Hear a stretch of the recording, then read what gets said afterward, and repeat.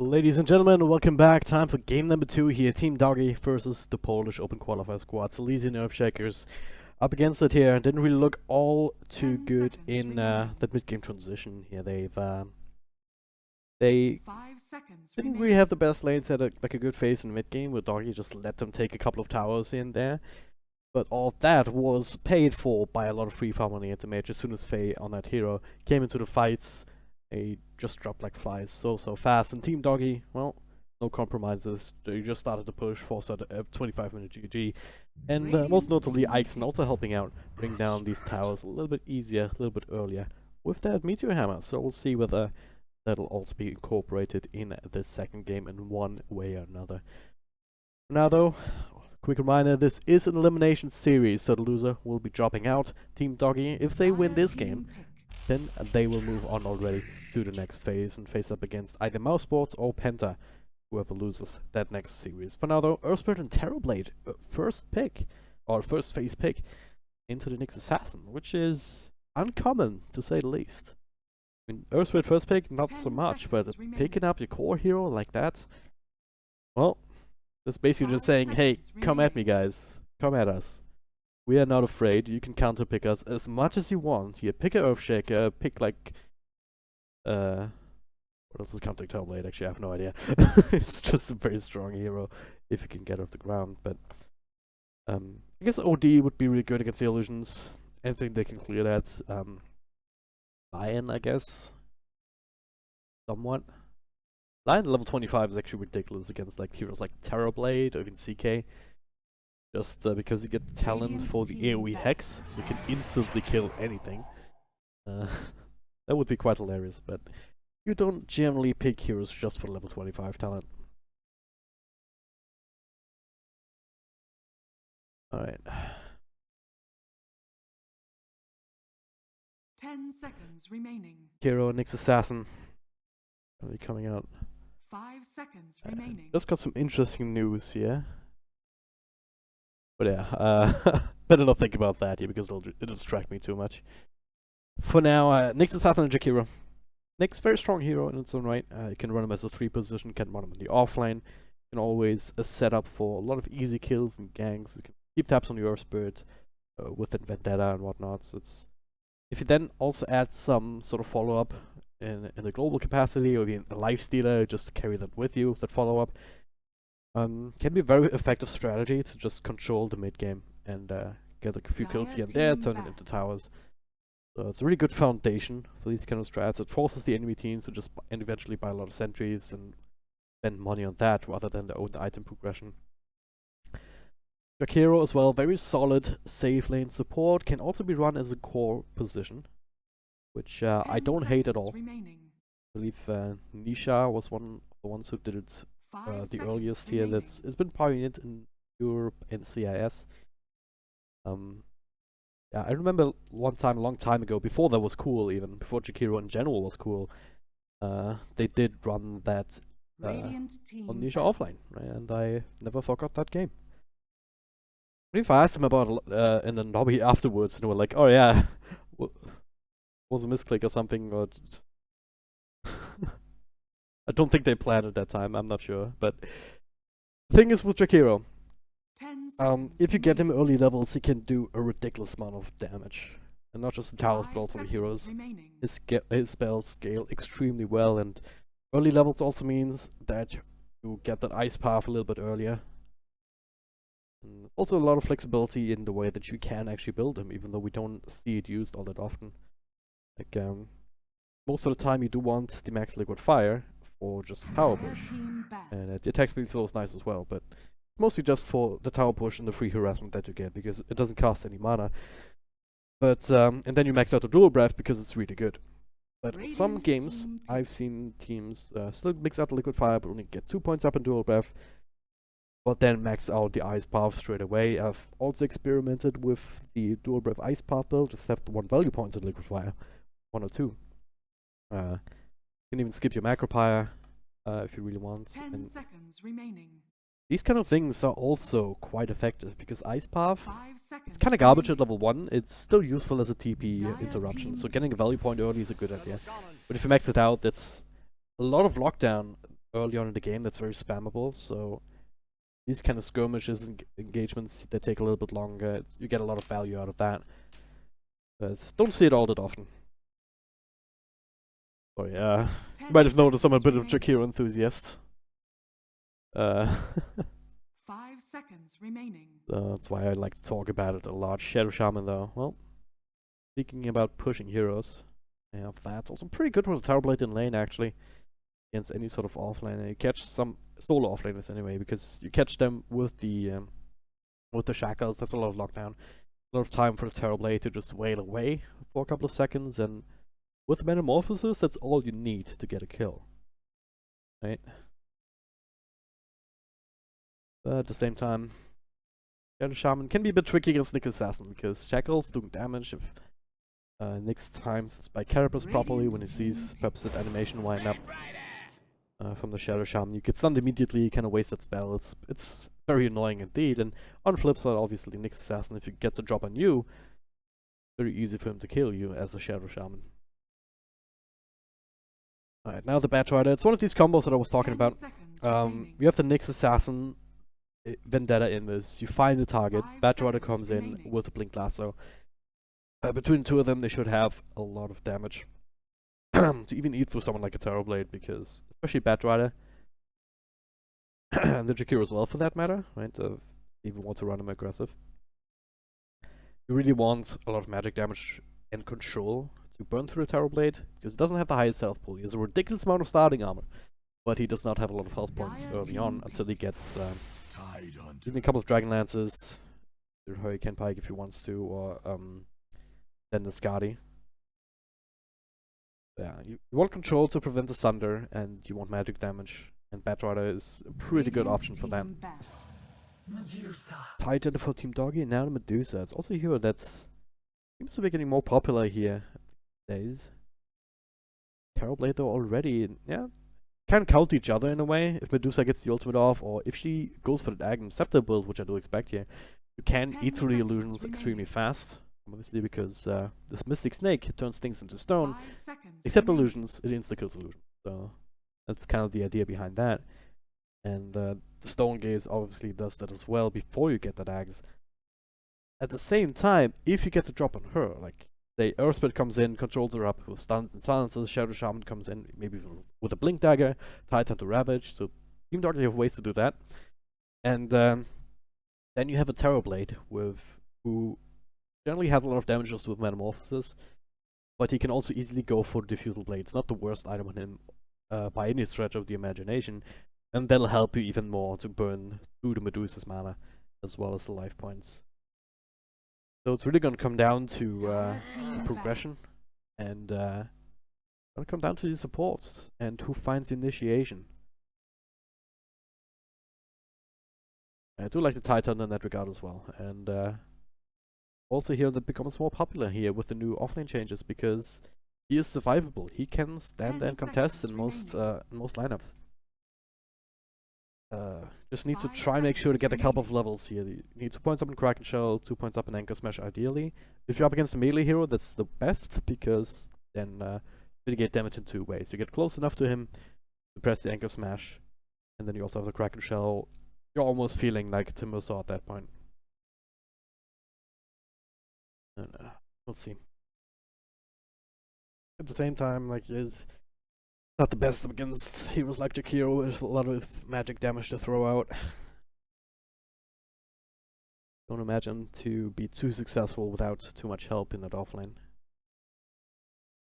Again, he's one of these classic heroes, even back in the day in the offlane, that even if they lost it, they could always go back to the jungle without relying on Iron Talons and Pullman Shields, because he has these spells available that do that essentially. The AoE Anchor Smash also works well, not just on normal neutral camps, but also the ancient camps.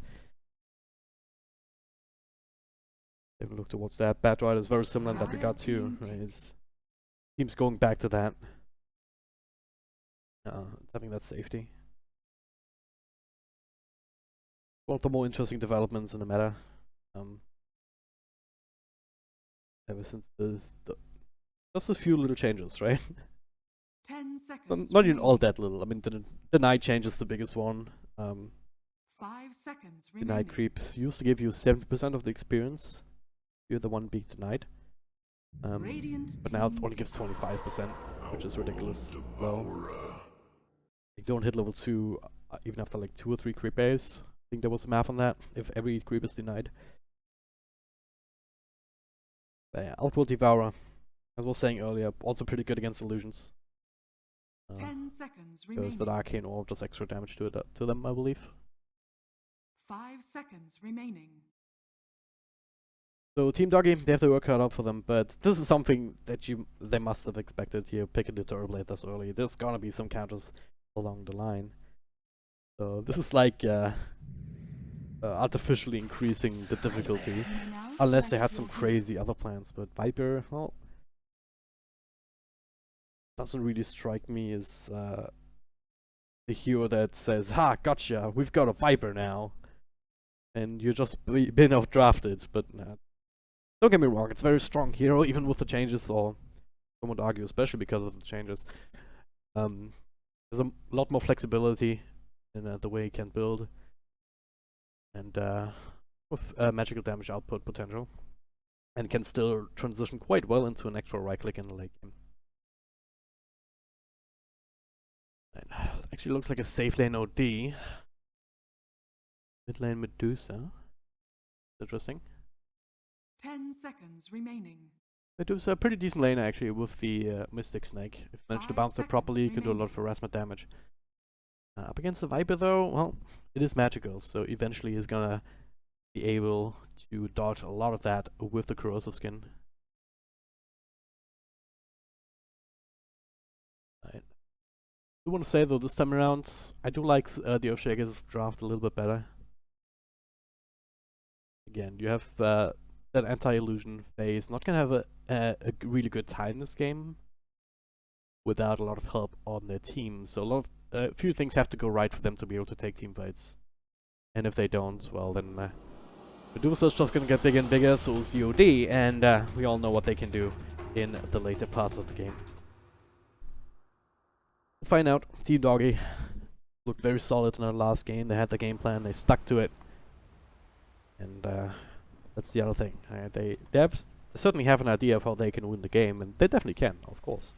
They have a lot of luck down, a lot of ways to play around things. And a good amount of damage here between the heroes too, so really good mix on their own rights of not just lockdown damage, but also push potential this time, right? You have the Terror Blade, you can burn through towers just as easily as you can through heroes, and the Shadow Shaman wards are the big ones.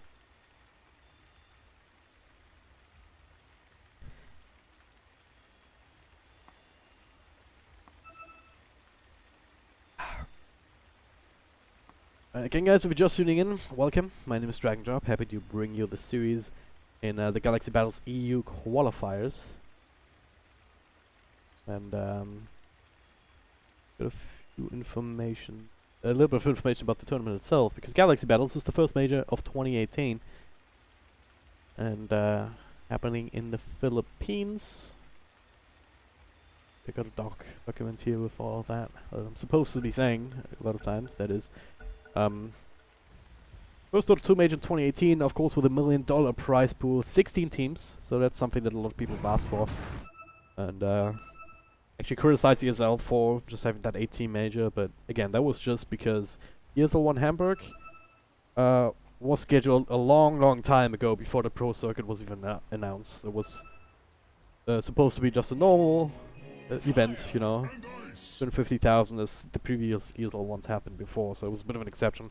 ESL themselves have said that they'll host teams, more teams in the majors go forward. And this event, we also have the 16-team major in the Philippines. Tickets will be released soon. You can keep an eye on the Galaxy Battle social media for that.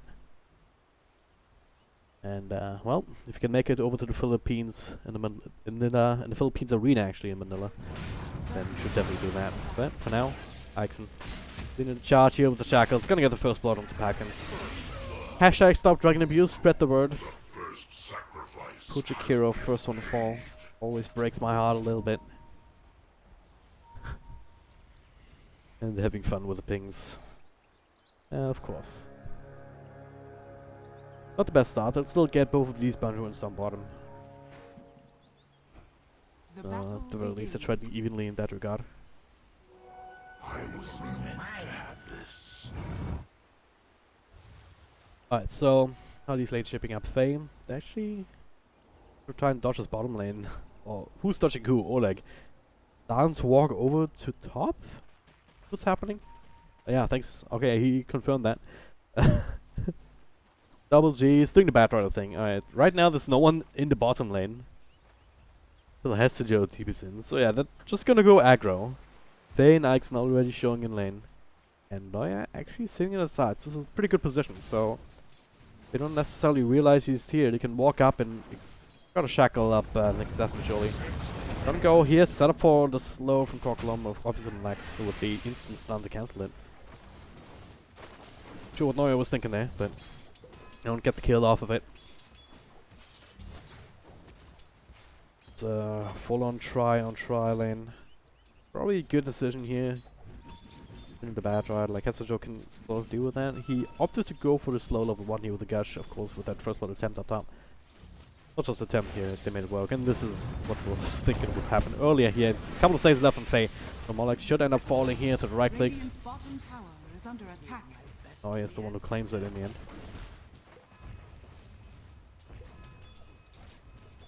That'll be that. Safely Medusa actually is also swapping around the positions a little bit. He was mid before.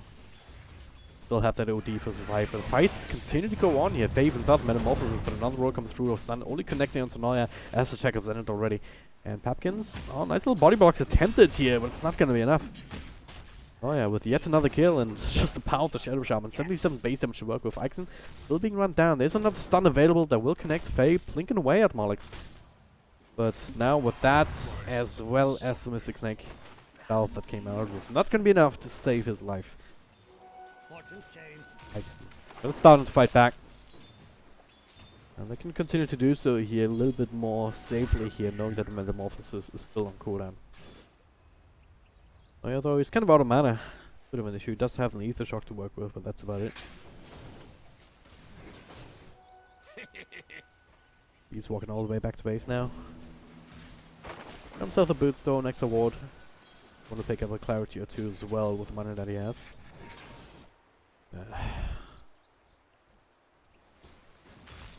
How's this bottom lane going? Also, Joe, looks like he's getting pretty free farm actually, which is something I expected. Of course, he does have the magic one. It'll help out tremendously. But that's right. You'd still think that he'd at least try to just stack up a lot of napalms and run him down, because that's something the Kraken Shell doesn't really help you against. And Titan does have ways of slowing it down as well though, so I'm not sure how that'll end up working out. Meanwhile mid though, they're diving deep, defensive imprisonment here, and Levenpraxen already down. Noya and Ixen looking to try and finish the job. They'll pay with Noya's life for it.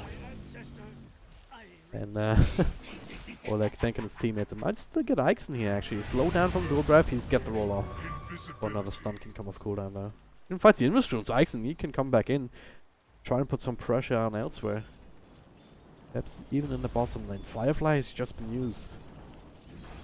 So forced to pop it down, but he also still has stick dodges available. But instead, Ixen taking his way mid. This rune has not been scouted out, so Oleg might be in a bit of trouble.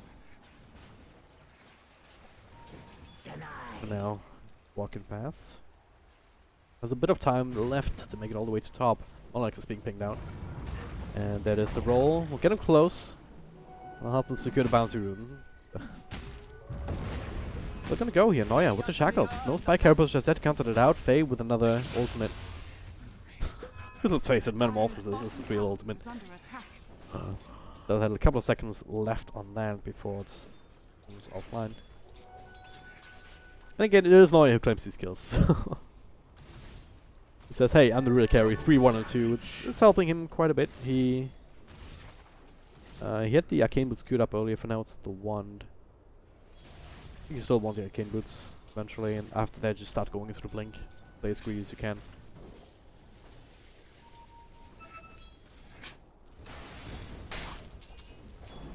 Down bottom, Joe. He's putting on the hurt onto Double G here, actually. Quite interesting to see how this Titan works so well. Top lane Faye. Okay, he's behind enemy lines right now. 3 heroes. He's all alone. That's something that all your armor might not save you from. The tower shot even helping out. Down to 50 health points. He does have the tangle going. Can try and eat his way through these trees, but another dual buff connecting will secure the kill of the core column. Behold my beauty. That'll be the end of that. So him left to his own devices. The support rotating into mid. So then not showing up top also gives Oleg the information. Yeah, they're up to something else. So he's back to the jungle. Does not want to show in lane to expose himself. Good read on the map, and now with that death, Faye says, "Alright, I died in the offlane. It's fine. 5 minutes in. Bound to happen eventually here, and go back to the south, to your own lane, secure your own farm rather than continuing to try and slow down Medusa, because Vol did that. 32 last hits to step 20. Now Oleg actually showing up down bottom as well. The Ravage being dodged here by the imprisonment. SES is gonna feel very stilly right now. They should still be able to find Oleg. Nice stun though from Molex. Might be enough. They're still diving deep, and another gush well secured for SES himself. Now Double G though. He does not have the ultimate to work with just yet, but does have a nice little flame break. Trying to bring down Neuer, but force back Faye in a big old scary form. The roll will be dodged. The last right click is a nice stun to help finish off Ixen. Taking that kill away. Faye 1, 1, and 5. Mostly getting assists here with the support just KSing all the way. K is of course meaning kill secure. Alright, mid. Going on for the ultimate, another toxin follow. Jakiro stayed to turn this around, another TP in from the bad right as well. Kinda low commitment here. Hyper Strike is not the longest cooldown. Radiant's top tower Also is the under rotation. attack. Pretty good. Dire's structures are fortified. Still winning in terms of assets here to Oleg. Has been able to bully him quite a bit with all of this diving that they've been doing. Radiant This game they really taken matters into their own hands, and again that shows that they realize that this is a different situation than last game. Game number 1, they were like, there was a time when they were very timid, but just AFK farming, dodging out SES.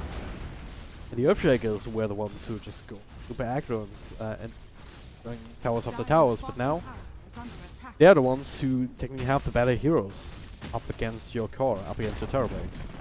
Dire's bottom tower So has what do they do? They're trying to leverage this early game as much as they can with the help of the supports, and even the Terrorblade himself is not the worst hero in these kind of circumstances if you have that Dire's top metamorphosis. tower is under attack.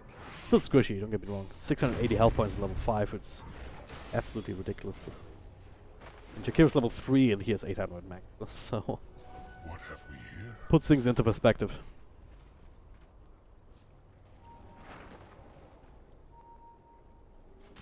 Oleg. What does he have right now? Double nulls, not much else. Is under attack. Viper is Shreds.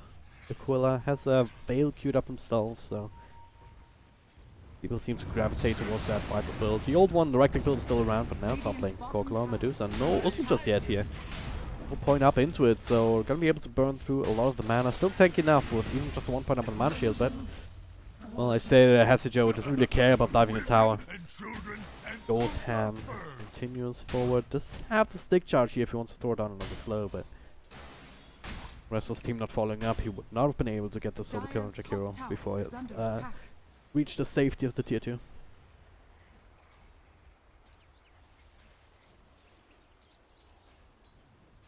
It does seem like they're the ones who are just reacting to Doggy time and time again, and the result is that all 3 cores on their side are Dire's slightly top in terms of tower net is worth. under attack. Up in the top 3. Korkalum is getting close, or is staying close, based on his farming, but Double G really been zoned out of the bottom lane quite a bit. This kill will be squeezable if they can get it though. The Shackles from Neuer keeping him there. Hasijo does have enough Ravage to work with. We'll just throw it out to make sure that Double G will fall. Throws out a Flame Break, throws down last, so Neuer will still fall. 12 damage over time. Messenger will just shrug it off quite literally. Gets a slow from Korkalum. Rise still there. Another Toxin. Needs some extra slows here. 1 poison attack. Is that gonna be enough? He turns around for the Mystic Snake. Might be his death. And now even a push in from Ixen. Doesn't even, does throw out the Viper Strike, and that'll help secure the kill on Medusa. Still No point in ultimate, hasn't gotten that extra level just yet, and well, I also get the Jakiro as a prize. Like the cherry on top. Viper, couple of kills for him. And the Ixen also getting that one for himself. Pretty good Earth Split, as it shows. Dire's middle tower is under attack. Oh yeah, though. Vendetta, it's online now, and go, the stun will connect, OD, couple extra right clicks, even though he's on his own tower. Goes down whatever spells he can, but no one else making the rotation means that Oleg will be absolutely fine. Hey, here's other plans. He realizes, hey, I can start to get some damage out, so you guys do what you do, I'll just end up farming. So sort of Mask of Madness here, almost has that completed. Not exactly what tanks you up, to say the least, but will help you farm, it will help you do a lot of damage in the right situations too. Get a max value out of these right clicks. After that you would imagine him to go for some of these stat items, Dragonlance for value, and Style, something like that perhaps. Either that or we'll go for the Diffusal Blade. It's gonna be a while until Medusa gets that axe. If Corculon even gets to the point of this in this game, he should, because pretty good at farming with a max split shot now. Despite that, you can still make good use of the meta style, just split between situations and when you have taken care of the Medusa. Run out the Dragonlance and then we'll see what he wants after that. Oleg's in this though, Faye. Gonna go on him. There's another lasso available, and nice shackle here. Prevent that. Trying to get the Sunder off, but enough damage. So they cannot get the cast. Cannot get the cast animation off, because the cast point is quite big.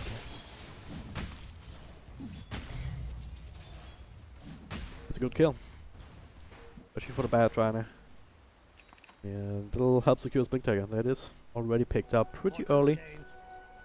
No detour to like Tranquil Boots or drums or anything, so they'll definitely help out. Papkin slowed down and maybe he's dead. Ow. Dire's middle tower is under attack. Well, there was a hero there. Bottom tower is Not under anymore. attack. Was meant to have this. Oh, look at this too. It is nighttime, but there is a dire side ward. They see those rotation. Otherwise, it would be amazing to just try and bait out Faye. Radiant are scanning. I mean, him pushing this aggressively into the tower, it's fairly obvious too. So, I'd have even figured that out even without the wards actually spawning it. Dire's Look at this big ancient structures stack though. are That is crazy. Borkalom will be very happy once he finishes that up, and that should almost put him at the top of the network shot. It'll take him a while, but he'll get there unless it's being interrupted. Has to. Radiant's bottom tower Walking is his under way in, attack. he'll see it happening now. Like, hey guys, I'm here. I'll take that, thank you very much. That's the Ravage to work with, and surely though, they can't let this go. Neither team can. It's time to rotate more and more heroes and Molex with the Invis arise. Not exactly the target that you can really kill, just trying to slow him down before walking away. Ixen with a roll across, and with a follow-up stun here. Dust comes out to make sure there's no more Invis here. The last of the wanted Viper starting to take more and more damage. Molex still alive in Ravage though, coming in from the high ground. They'll secure the Jakiro as well as the Bat Rider. Oleg in the middle of that. Same for Corculon. Hasajo has casted all spells that he's going to cast. Looks like Ixen has finished up the next assassin. Faye in the middle of that too, together with Hasajo coming back in as Corculon and Oleg regroup. Guilty Ancients have been claimed. Faye continue to try and snack up a couple more here and there. At least all of the big ones are still left for the side of the Earthshakers. Still a pretty good contest. You got 3 kills, you got a few of the smaller ones at the very least. That's exactly the way that you have to play against these type of heroes, because you look at it here. Medusa was like Radiant's middle tower is 5k under gold or attack. something. Now only 6k after that whole ordeal, but still not ahead of the Terrorblade, which you would have been if you gotten all of that uncontested.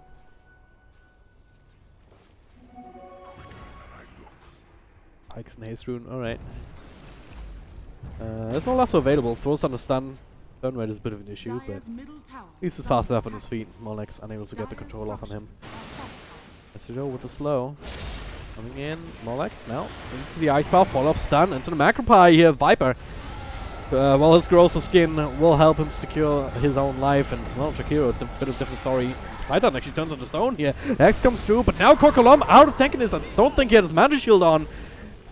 And now the turnaround. Shackles uncontested onto Oleg. He'll be right-clicked down, not before he gets the kill onto Noya, but the walls being down will ensure swift revenge from the man himself.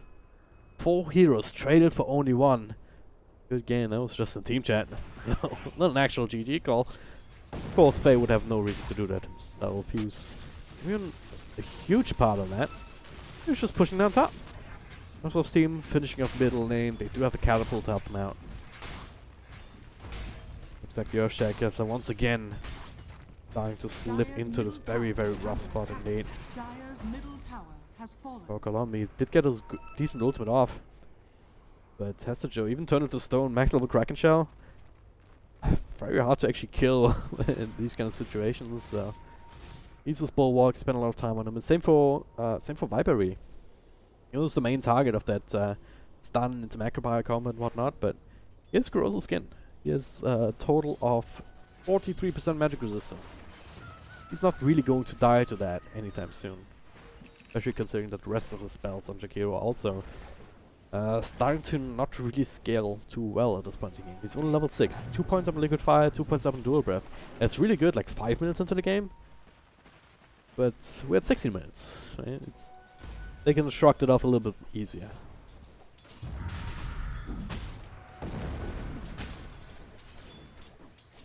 Alright, the Earthshakers continuing to try and just play the game that they drafted for. Farm the Medusa. Farm the OD. Say that though, just sitting around down bottom here, just wanting for his team to help set up for a kill, but oh, guy is already TP'd out. Doggy smoked up themselves, looking to try and bait out Testajo up top and if not get a tower. The Earthshakers, they are being outmaneuvered because they can't do the same in the bottom lane. They've already claimed the tier 1 tower in the bottom lane much earlier. So they're just going to lose this, and if they respond now, it's going to be too late. TEDO will be able to take a team fight very easily. Ravage online as well already is. They commit the wards, maybe not necessary, but it'll help get to the tower rather quickly so they can lose the courier. There it is. Molex will reveal himself though, the stun comes through. My Carapace will delay the follow-up from Ixon, but the rest of the team is there, the Shackles will secure the kill. Came in like a wrecking ball, I said. A full 5-man lineup bearing down on you. It's never fun position to be in. Blink away from Double G. They get hit by the stun though, Ixon. Bit of a sniper there, but the rest of the team a little bit too slow to catch up with them, and they have other plans anyway. They're committing metamorphosis. Well, not the tower, but it's that Roshan. One who's actually taking the Aegis. I mean, they arise because a little bit awkward and Terrorblade, you don't get that you don't keep the metamorphosis. But at the same time, you're still kind of lacking health points, so want to be able to stay in front, just right click away in your melee form, then come right back. Kokolom, Ravish being used to cancel the TP. Very much worth it. Meanwhile, Shackles, who was that on here? Down there onto OD, follow-up stun, cancel the TP as well. It's making it look so easy. Arise with a double kill. 8.7k gold, Faye even ahead of him at 10k with everything that's happened. Terrorblade is a hero that be back to base here. Pick up some items and make sure to heal up. Terrorblade is a hero that is a very strong lane carry, but he also hits this very early peak. And that's timing that they are right on track for now.